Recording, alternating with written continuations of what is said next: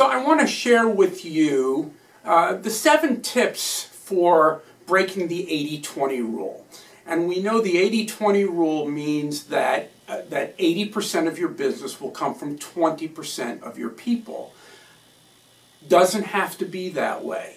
We have clients that get productivity out of almost all of their people.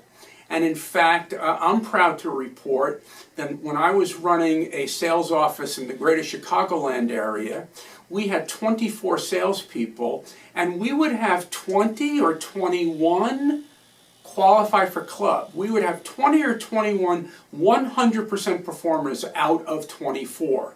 So you don't need to be locked in to this 80-20 rule, and doesn't have to be the case. But there are things that you need to do in order to make sure that that's not the case. So, rule number 1, have definable differences in your product. Give your salespeople something clear that can be sold. Make sure that you've got feature functionality that genuinely meet the need of your specific buyer. So, what does that mean? In some cases, you need to know more about who your buyer is and what their genuine needs are. It's easy to define those things when you're close to the client. But if everything that you do is meant to serve everyone, recognize that you may not be creating those definable differences that can allow your salespeople to be successful with them. Having definable differences makes a huge difference. Number 2, hire the right people for the right job.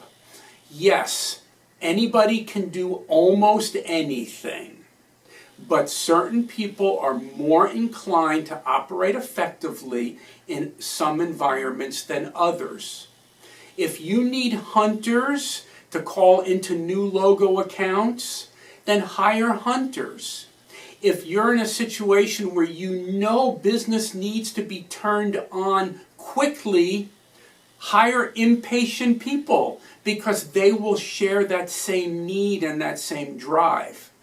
And if you've got critical revenue coming in from a client base or from government work or whatever the case may be, make sure you're aligned with the right people taking care of those accounts.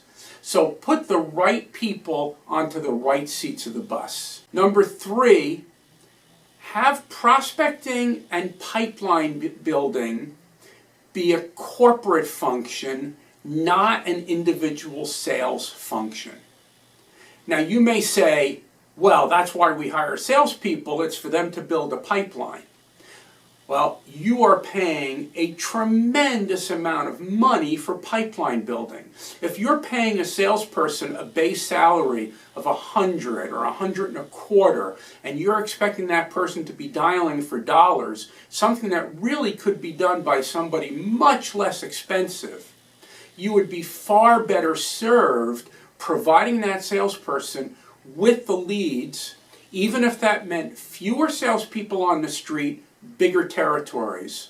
It would be much more cost effective, and you would be amazed how you would reduce turnover and increase retention if your salespeople had prospects to call on.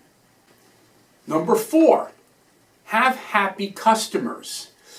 I mean, do we really need to discuss this? It's so important. It's important in every way, in everything that you do. Your ability to maintain that customer, maintain that revenue stream, the referenceability to be able to use them within whatever vertical or horizontal that you may be able to represent with them. Having happy customers is critical. It's critical from a salesperson morale standpoint. I wouldn't be surprised if the majority of your salespeople have extroversion as a high trait. And high extroverts take things personally. That's just the way they're built. And so if they contact a customer and the customer says, I hate you guys, your product stinks and I can't believe that we're stuck with it, believe it or not, that salesperson is going to take that personally, and it will affect how they feel about themselves. Obviously, it will have an impact on how they feel about what they're selling to. Number 5, reward reasonable performance and really reward great performance. Don't wait until somebody has jumped over the moon until you say, good job, good job. And I'm not saying that we want to be giving out trophies for participation and for people to show up with their shoes tied, but have realistic goals, and when those goals are met, reward against that. And it doesn't have to be a tremendous amount of money. It doesn't need to be a tremendous amount of accolades, but do something when a level of performance is met, and then save some more when really great work is done. Number 6, provide effective sales management. You need to understand what the sales manager brings to the table. What is their role? Some of it is coaching, some of it is monitoring. We recognize that people don't always want to do the parts of the job that are hardest or most unpleasant to do. And so we need the sales manager to be able to be out in front of that. The sales manager needs to understand how to take advantage of the natural strengths of their people. They also need to know what they need to do to get out in front of areas where the person might have challenges.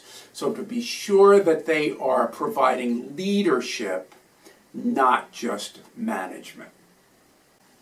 Number 7, train. Train, train, train.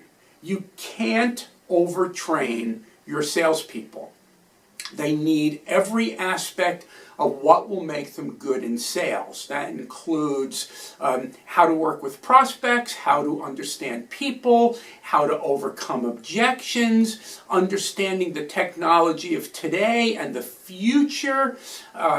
It's just critically important. And in almost every study that I've seen, companies that maintain very good retention and increased productivity can point to having excellent training.